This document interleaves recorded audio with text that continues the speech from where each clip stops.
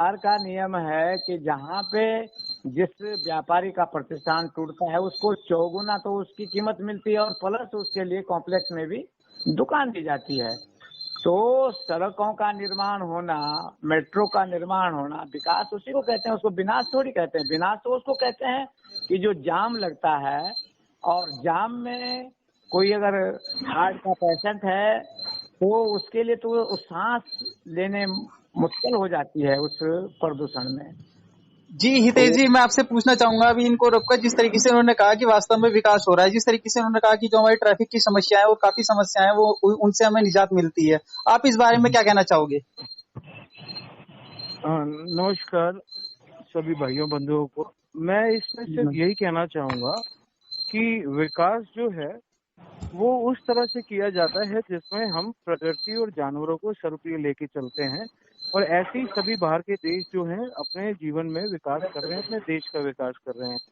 But जहाँ तक मैंने अपने देश में देखा है, हमने भारत में, और अभी मैं इस समय उत्तराखंड में इस सब चीजों को देख रहा हूँ कि हम विकास के नाम पे कहीं ना कहीं विनाश के स्वरूप चल रहे हैं। क्यों? क्योंकि अगर आप बात करते हैं रोड पे अगर चौड़ीकरण पे और जो क्या कहते हैं कि पोल्यूशन होता है, देखो मैंने आप लोगों से जितने भी मान्यवर यहाँ बैठे हैं, मैं सबसे पहले कहना चाहूंगा आप लोग आए मेरे साथ एक दौरा करें, हम देहरादून में घूमेंगे। देहरादून में चाहे आप शस्त्रधारा रोड पे चलें, आप चाहे अपने अभी हम यहाँ सेलाकोई से आ रहे थे, विकास नगर से मसूरी रोड हो गई, ओल्ड मसूरी रोड हो गई, कहीं पे लाइट ही नहीं है। अभी तो प्रदेश में अंधेरा छाया हुआ है, लाइट ही नहीं है, और रोड पे सिर्फ हमारे भारत में इंसान नहीं चलते हैं, गाड़ियां नहीं चलती हैं। अभी हमारी गौ माता, हमारे नंदी वो रोडों पे चल रहे हैं, और कई ऐसे हादसे हुए जहाँ पे मैंने आधी आधी रात को जाके भी उनका बचाव करने के लिए उनको अस्पताल भेजा गया। तो देखो विकास तो होता है कि जब बेसिक सुविधाएं पूरे प्रांत में दी जाती हैं, जिसमें आती हैं बिजली, पानी, शिक्षा और स्वास्थ्य। अभी देहरादून के अस्पतालों का इतना बुरा हाल है, स्वास्थ्य की यहाँ पे परेशानियां हैं, कर्मचारी जितने भी विभाग हैं सब दुखी हैं, जितना युवा है वो आज बेरोजगार है, उनको हौसला ही नहीं मिल रहा कि हम क्या करेंगे आगे और क्या कर पाएंगे आगे जाके। तो विकास तो पहले इस चीज के ऊपर होना चाहिए बजाय मेट्रो रोडों के। इसके लिए हमारे पास जो सरकार को हमने दिया है, हमने ये चीज उनके ज्ञान में डाली है कि आप जो ये शस्त्रधारा रोड को कहते हैं कि ये जो है एक नेशनल हाईवे है, ये नेशनल हाईवे कैसे हो सकता है? क्योंकि ये रोड कोई आपको किसी अलग प्रदेश से भी नहीं जोड़ रही। और दूसरा, आपको मसूरी के लिए जो आपने बाईपास पीछे बनाया था महाराणा प्रताप से, जो सीधा माल देवता होते हुए सचदरा होते हुए और दोनों तरफ से मसूरी पहुंचता है, तो वहां से उस चीज को बाहर के ट्रैफिक को बाहर ही बाहर निकाला जाए ना। चलिए, तो जिस हम तरीके से लोग आपने सर धर्म को लेकर भी बात की, आज हमारे बीच में जो हमारे राकेश भाई जी भी हैं, जो कि काफी मतलब पर्यावरण को लेकर भी और जो हमारे पशुओं को लेकर काफी काम कर रहे हैं। सर, क्या कहना चाहोगे आप इस इशू को लेकर? सभी आदरणीय बंधुओं को मेरा सादर प्रणाम। और आज जो हम सभी का मुद्दा है कि ये विकास है या विनाश है। जी जी। तो हम ये पूर्ण रूप से ये नहीं कर सकते ये विनाश है, और ये भी नहीं कर सकते कि विकास है। वो ये लेके चलो, आज सैंदारा रोड में सैंदारा से ही बिलोंग करता हूँ, और आज सैंदारा रोड के पेड़ काटे जा रहे हैं। तो कुछ पर्यावरण जो प्रेमी है, हालांकि उनका भी ठीक कहना है कि भैया पर्यावरण को नुकसान हो रहा है, पर जो मेरा मत है वो ठीक है, पेड़ काटते हो आज मुझे भी अच्छा नहीं लग रहा है, क्योंकि मेरी भी आज 35-40 साल उम्र होगी, मैं उन पेड़ को देखते आया हूँ। पर जो आज स्थिति है कि देहरादून में सैंदारा से देहरादून जाने के लिए एक 1-1.5 घंटा लगता है। अब उस स्थिति में क्या होता है कि जहाँ हमारी गाड़ी आधे घंटे कहीं 20 मिनट रुकती है, अब उससे देखो, एक तो एयर पोल्यूशन हो गया, साउंड पोल्यूशन हो गया, और दूसरा एक जो हम कहते हैं कि पेट्रोल या डीजल जो भी एक राष्ट्रीय धरोहर है, इस चीज का दोहन ज्यादा ना करके, जिससे कि हमारे पर्यावरण को नुकसान ना हो। तो इसके कारण यदि ये पेड़ कटते हैं तो इससे कि जाम की स्थिति खत्म होगी, और जो हम 1-1.5 घंटे में देहरादून पहुंचते हैं तो हम 15 मिनट में पहुंच सकते हैं। उससे ये फायदा है, एक तो इंसान का समय बचेगा, और जो आप एक इकोनॉमिक तौर से देखें तो आपका एक गाड़ी का माइलेज हो गया, मेंटेनेंस होगी, वो चीज भी बचेगी। और मैं ही चाहता हूँ कि सुझाव तो हमारा ये है कि चलो पेड़ कट रहे हैं, कम से कम इतने पेड़ कहीं और लगाए जाएं। और दूसरी बात ये है कि आज देहरादून में जो ये जो विनाश वाली स्थिति है, विनाश ये मानव द्वारा हो रहा है, क्योंकि पहाड़ों से सारा प्लान देहरादून की तरफ दौड़ रहा है। हर इंसान सोचा मैं देहरादून रहूं, देहरादून गांव छोड़ के लोग शहर की तरफ आ रहे हैं। और शहर और देहरादून कोई ऐसे रबड़ की चीज तो नहीं, खेत के जितना मर्जी उतना बड़ा कर लो, तो वो स्थिति में भी बहुत समस्या होंगी और होती रहेंगी। रोजगार से लेके हो गया, अभी हमारे बारी घाट में देखो, वहाँ पे भी कैजुअलिटी हुई है। एक जहाँ पे एक मकान में 10 आदमी रह रहे हैं और थोड़ी सी हल्की सी बारिश होती है, वहाँ कहीं ना कहीं स्लाइडिंग होगी और 2-2, 3-3, 4-4 आदमी कैजुअलिटी हो रही है। तो ये समस्या भी बहुत है देहरादून में। चलिए और जी सर, जिस तरीके से आपने कैजुअलिटी को लेकर बात की, आज हमारे बीच में बबली जी भी हैं, थोड़ा इनसे भी जानने का प्रयास करेंगे। सर क्या कहना चाहोगे, आप जिस तरीके से पर्यावरण को लेकर काफी काम कर रहे हो, क्या कहना चाहोगे, क्या मुद्दा रखोगे? आप विकास का नाम देते हो, विनाश का देते हो, और जिस तरीके से जो हमारी प्राकृतिक आपदाएं आ रही हैं, इनको लेकर आप क्या कहोगे? सभी को मेरी तरफ से हर हर महादेव। हर हर महादेव। हाँ जी। ये है उज्जवल भाई कि वर्तमान परिस्थिति को देखते हुए विकास भी जरूरी है, और विकास के नाम पे जो ये मेरी आवाज आ रही है? जी आपकी आ रही है। हाँ, जो ये विकास के नाम पे जो रोडें बनी जा रही हैं, सभी जगह रोडें बनी जा रही हैं, तो जो साइडों में पेड़ कटे जा रहे हैं, एक तो गवर्नमेंट से ये दो साइडों में और 2-2, 3-3 मीटर जमीन एक्वायर करके पेड़ लगाए जाएं। जितने पेड़ काटे उतने पेड़ लगाए जाएं। और विकास तो ये है गवर्नमेंट में, जैसे हम इधर मेरठ से बिलोंग करता हूँ, मैं मेरठ का रहने वाला हूँ जी। अब से पहले देहरादून जाने में हमें लगभग 8 से 9 घंटे लगते थे, और अब लगभग 3.5 या 4 घंटे में हम देहरादून पहुंच जाते हैं। इधर दिल्ली जाने में हम पूरा परेशानी का सामना करना पड़ता था, और अब 1-1.5 घंटे में हम दिल्ली चले जाते हैं। तो कहीं ना कहीं विकास भी जरूरी है। वर्तमान जैसे जनसंख्या बढ़ रही है, उसके आधार पे ये जरूरी भी है। और इसके साथ साथ ये भी होना चाहिए कि गवर्नमेंट को, जैसे चौड़ीकरण होता है, रोड हाईवे बनते हैं, उनके साइडों में 3-3, 4-4 मीटर जगह लेकर पेड़ लगाए जाएं, तो उसमें पर्यावरण भी बचेगा और जो वर्तमान परेशानी है जनता की, वो भी होगी। चलिए अंत में जो हमारे सैमवाल जी हैं, इनसे मुद्दा रखेंगे। सर जिस तरीके से भी हमारे हितेश जी ने भी बताया कि जो हमारा रोड चौड़ीकरण को लेकर, जो हमारा सहस्त्रधारा रोड है, ये कोई हाईवे रोड नहीं है, इसका जो अल्टरनेट है वो हमारा महाराणा प्रताप चौक से भी निकाला जा सकता है, लेकिन फिर भी कहीं ना कहीं इसे अंदर से लेकर मतलब लेके जाया जा रहा है। इसको लेकर आप क्या कहोगे सर? अच्छा, ये मान्यवर दरअसल में ये जो सहस्त्रधारा का मुद्दा है, वो एक वहाँ पीपल का पेड़ है, मेरे जहाँ तक मेरे संज्ञान में है। जी। तो वो पीपल के पेड़ को काटने वाली बात थी, तो उस पीपल के पेड़ के लिए ये भी हो सकता था कि उसके दूसरे साइड से रोड निकाली जाए, उसको बीच में छोड़ दिया जाए। ऐसा भी हो सकता है, जहाँ वो धरने पे कोई हमारी भाई बहनें बैठी हुई थी। वो 50 दिन तक लगातार धरना चला। जो एक छोटा सा 11 साल का बच्चा है, उसने एक मुहिम उठाई कि जो ये सहस्त्रधारा के रोड है, जो हमारे हितेश भाई भी हैं वो भी इसमें इन्वॉल्व थे, है ना? हाँ, कि ताकि जो हमारे पर्यावरण है इसको मतलब सुरक्षित रखा जाए। इनका भी अपना वो तो सरकार का रूल्स है, अगर ये एक पेड़ कटता है तो 10 पेड़ लगाते हैं, वो लगाने उनके तो बायलॉज में है वो। जी, इसमें मैं ये कहना चाहूंगा, देखो इन लोगों ने सरकार की अगर हम बात करें, देखो क्या है, सरकार किससे बनती है? हम लोगों से। हम लाते हैं सरकार हम सरकार के लिए नहीं है, सरकार हमारे लिए पहले ये मनुष्य को जानना है। और दूसरी बात, एक हमारे मान्यवर ने अभी कहा था कि पलायन, तो ये एक अधिकारी और किसी नेतागण से हमारी बात हो रही थी, तो हमने उनको ये प्रस्ताव रखा, देखें अगर आप इस पहाड़ में राजनीति करेंगे ना कोई भी सरकारें, तो वो बात नहीं बनेगी। आप बोलो तो हम देहरादून से भी पलायन करके दिखा दें पहाड़ों में कैसे। हाँ बिल्कुल नहीं रहेगी देहरादून में, और सारी छोटे पहाड़ों में दे दी जाए तो ये पलायन जो है, इसी वजह से हम लोगों को ये जानना है, ये नहीं सोचना कि लोग देहरादून की तरफ आ रहे हैं, हमें ये सोचना है।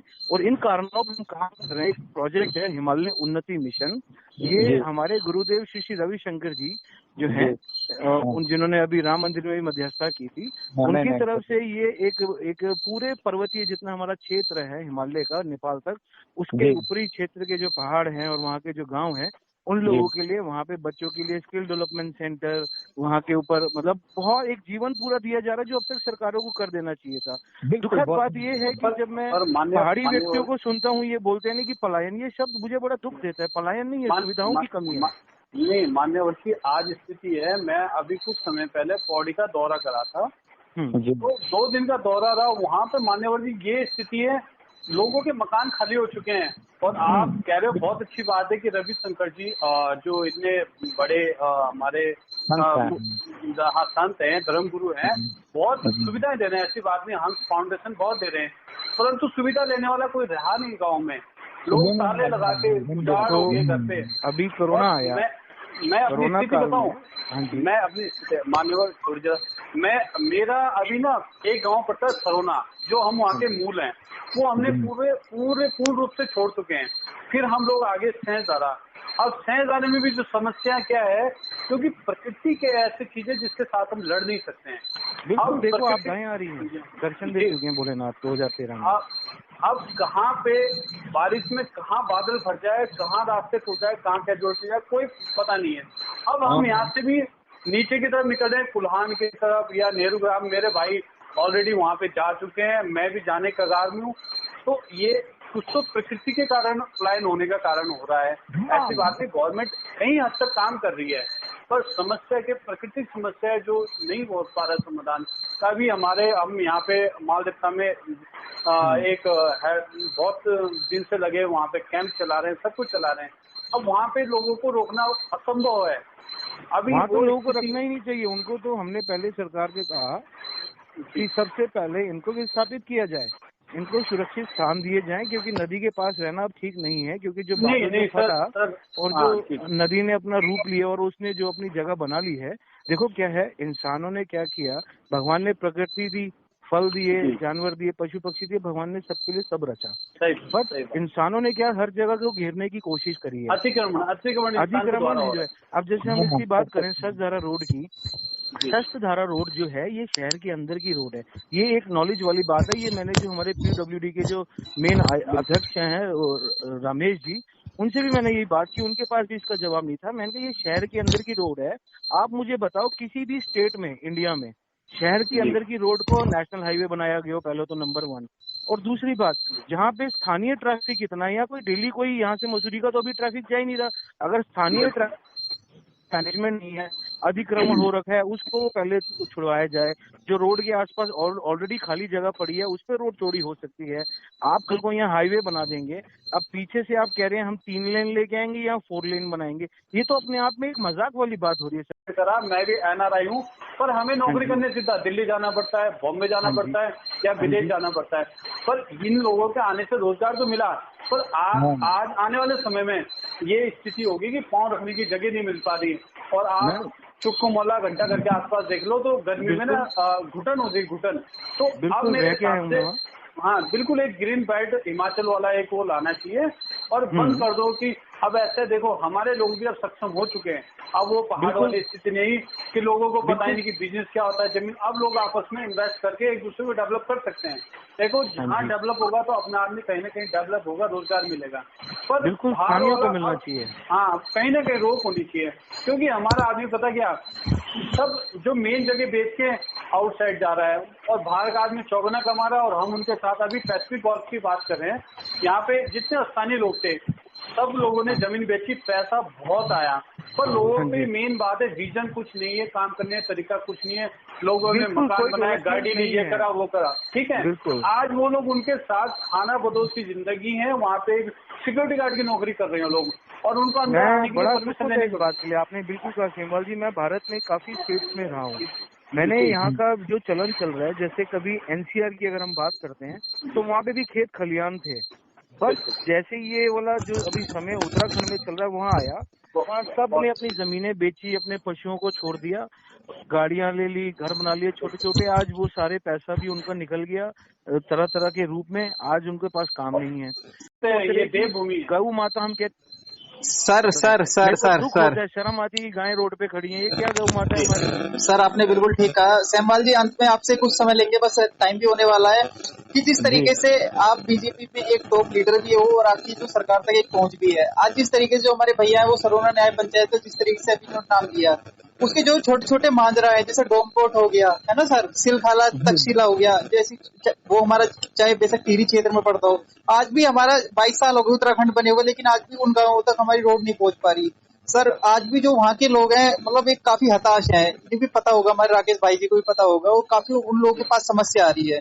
तो उन लोगों के लिए सरकार की तरफ से किस तरीके की उम्मीद होगी श्यामलाल जी आपके लिए? बहुत बहुत कम उज्जवल भाई, मेरे समझ से तो बहुत कम गांव ऐसे हैं जो रोड से टच नहीं हुए, नहीं तो लगभग पूरा उत्तराखंड हमारा, पूरे गांव लगभग रोड से टच हो रहे हैं, है ना। कहीं ऐसे वन की ज्यादा समस्या होगी, वो रुके हुए हैं, नहीं तो पूरे उत्तराखंड में आप जाएंगे तो भले वहाँ आदमी नहीं है उपयोग, जैसा किसी भाई ने बोला भी कि हॉस्पिटल है, लेकिन उपयोग करने वाले नहीं है। स्किल डेवलपमेंट बात है, लेकिन सड़कों का जहाँ तक है बहुत अच्छा जाल बिछ रहा है। रोड भी एक प्लान होने के कारण हो रहा है। जैसे रोड गांव में पहुंची, जो आदमी, जो भी लड़का नया ब्याया शादी हुई, जो भी वो उनकी वाइफ या वो उन्हें चलो जी देहरादून, चलो जी हरिद्वार, वो ऐसे प्लान कर रहे हैं। देखो जब बिल्कुल आपकी सही बात है, आप जो कह रहे हैं, और जिसको नौकरी लगी, और मैं कह रहा हूँ, और जिसकी नौकरी लगी सबसे पहला प्लान करने वाला नौकरी वाला है। जिसको सरकारी मिली वो तो ये लगाओ। जी सर, जब मुझे बोलने दो, जी जी जी, पहले श्यामलाल जी का वो जी सुनो उसके बाद पलायन आप बोल रहे हैं ना भाई साहब, विकास का मानक हम पलायन से ही नापते हैं। हमारे महात्मा गांधी अगर विदेश नहीं जाते तो उनके दिमाग में थॉट नहीं आता, आजादी का थॉट कैसे नहीं आता भाई साहब। आप अगर वहाँ से देहरादून नहीं आते ना तो आपके अपने गांव की चिंता नहीं होती आपको। तो पलायन ही विकास का मानक है, समझ लो कि पलायन हो रहा है तो वो विकास हो रहा है। पर मान्यवर जी आज मैंने मेरा तो एक छोटा सा वो प्लान आज रह गया, पता कैसे? हमें वापस जाने की आवश्यकता है अब। हमें देखो नहीं एग्जाम्पल सुन लो भाई जी, सुन लो मेरी बात, सुन लो ना, मुझे बोलने का मौका मिला। मैं गवाई उत्तरकाशी से आता हूँ, मेरे क्षेत्र से बिल्कुल जरा सा भी पलायन नहीं है। जौनपुर जौनसार से जरा सा भी पलायन नहीं, क्योंकि हम अपने जड़ों से जुड़े हुए हैं। हमारा आदमी अगर बॉम्बे में है तो वो अपने माँ सुदेवता के जागरे के लिए गांव में आता है, वो शादी के लिए पूजा पाठ के लिए गांव में आता है, माँ सुदेवता की, है ना भाई जी। तो इस बात को हमें याद रखना है। हम पौड़ी भले हम लोग अपने जड़ों से, अपनी संस्कृति से, जो जिसकी संस्कृति हमारी आत्मा है, ठीक है ना, तो पलायन हमको पलायन जरूर करना है, लेकिन उन जड़ों से हमें जुड़े रहना है। श्यामलाल जी मैं इसमें आपको थोड़ा सा एक विराम दूंगा। आपको कुछ पावर मिली है तो आप अपने गांव के लिए उसको लगाइए। मैं श्यामलाल जी इसमें एक बात ऐड करना चाहूंगा। आज तक उत्तराखंड में मैंने जब भी देखा, लोग आते कहाँ पे, जैसे भी एक मान्यवर जी कह रहे थे, हरिद्वार, देहरादून, मसूरी, इतना बड़ा प्रदेश, इतने सुंदर पहाड़, इतने सारे हिमालय, इतने सारे धाम होने के बावजूद भी वहाँ के गांव को अगर विकसित किया होता, वहाँ के लोगों को घरों को ना छोड़ के, अब हम क्या कर रहे हैं, जिन लोगों ने अपने गांव में घर छोड़ रखे हैं उनके लिए वहाँ पे हम उनके घर को बिल्कुल बेसिक उसी देसी फीलिंग के अंदर रखते हुए होम स्टे तैयार कर रहे हैं और उन्हीं को पूरा बिजनेस सौंप रहे हैं कि आप वहीं बैठो, अपने कुजीन जो आपने अपने सीखे हैं वहाँ बैठ के आप करो। देखो ये सब चीजें जो हम बात कर रहे हैं ना, ये सरकार की प्लानिंग होती है। और आप माने ना माने, कहीं ना कहीं मैं किसी सरकार के खिलाफ नहीं रहा, क्योंकि देखो हमें धर्म से जुड़े हुए, हमें सरकारों से लेना देना नहीं है। बट एक छोटा सा एग्जांपल ये है कि जब पूरे देहरादून में, अभी यहाँ पे खड़ा हूँ मैं हेलीपैड के साथ में, इतना इम्पोर्टेंट प्लेस है, यहाँ से उड़ानें भरी जाती हैं, इसी रोड पे लाइट नहीं है, तो काहे का काम हुआ आज तक? क्या हुआ उत्तराखंड के? मैं इसी फील्ड का बंदा हूँ और मेरे अपने होटल है, होम स्टे वाले लाइसेंस देने को तैयार नहीं है लोग। इतने क्राइटेरिया, इतने स्ट्रिक्ट कर रखा है, परेशान कर रखा है यहाँ के लोग। अभी यहाँ पे आप उत्तराखंड, एक चीज है ना, होम स्टे की बात है, आप ये देखो, बंदा उत्तराखंड का मूल्य 2 उसको इतना ठप कर रखा। मैंने तो अभी इनसे बात भी करी थी, मैंने कहा भाई साहब आप जो आपके रूल है ना, आप MDT से पास करा के लाओ। पहाड़ में कहाँ से MDT नक्शा दे देगा बताओ? बिल्कुल, उससे बाहर निकालना है और अब तक कुछ है नहीं। चलिए अंत में समय थोड़ा कम है हमारे पास। जिस तरीके से काम करेंगे, सरकार अपने साथ काम करेगी। श्यामलाल जी तो ये जितने सरकार उत्तराखंड के बदलते रही और ये अपनी कुर्सी बचाते रहे और कुछ नहीं हो पा रहा है। हितेश जी एक चर्चा है, बट हम लोग सब क्या है, हम हर हर महादेव और जय माता दी बोलते हैं, मीन्स हम सब एक हैं। जब एकता आ जाएगी ना हमारे देश में, हमारे प्रदेश में, हमारे शहर में, तो सारे कार्य सब करने हैं, क्योंकि उन्हीं के लिए बैठे हैं। आज लाइट नहीं है तो गामा जी को बोला जाएगा गामा जी लाइट लगाओ, तो उनको लगानी पड़ेगी। बिल्कुल बिल्कुल बिल्कुल। तो आप लोग साथ में रहें, आप देखें कि सब लोग काम कर रहे हैं और जैसे दिल चाहता है वैसे होगा। क्यों? क्योंकि ये देश हमारा है, हम ही बनाते हैं इनको जनप्रतिनिधि। बट अब जो है वो राज्य की नीतियां बनाई जाएंगी, राजनीति नहीं होगी। राज्य की नीतियां बनाओ। आप लोग मंत्रीगण हैं, हम बहुत खुश हैं, बट जो जिसका है अपना डिपार्टमेंट, उसकी ढंग से डेवलपमेंट होगी। क्योंकि आपके साथ पढ़े लिखे लोग हैं, हम सब लोग जहाँ बैठ के बात कर रहे हैं, हम लोगों का भी योगदान रहा है देश के अंदर। सिर्फ ये नहीं कि एक नेता ही भगवान माना जाएगा। सही बात है। भगवान जो है देवी देवता है, देवभूमि है। पहले सबसे पहले पर्यावरण का ध्यान रखा जाएगा, पशु पक्षियों का ध्यान रखा जाएगा, और उसके बाद डेवलपमेंट में हम सहयोग दे रहे हैं। हम आपको हर तरह से ऊपर से नीचे आपको जोड़ देंगे। हमने जो प्रस्ताव दिए हैं सरकार को, उनके पास जवाब नहीं है आज हमारे पास हमें देने के लिए। वो अजीब सी बातें कर रही हैं। आज लोगों के पास 4-4 गाड़ियां हैं, तो तुम बंद कर दो ना लोन 20,000 रुपए में। जब तुम गाड़ी देना बंद कर दोगे लोगों को, तो देश में गाड़ियां ज्यादा नहीं होंगी। खराब सरकार करती है और इंजाम लगता है लोगों के ऊपर। तो ये हमें पता है कैसे चलता है हमारा देश। मुद्दा यही है कि किस तरीके से हम अपने उत्तराखंड का एक गौरव बचा सकते हैं ना, चाहे हमारे राकेश भाई हो, हितेश भाई हो, चाहे हमारे बबली जी हो, और चाहे हमारे सेमवाल जी हो। आपका इस चैनल से जुड़ने के लिए आपका बहुत बहुत धन्यवाद।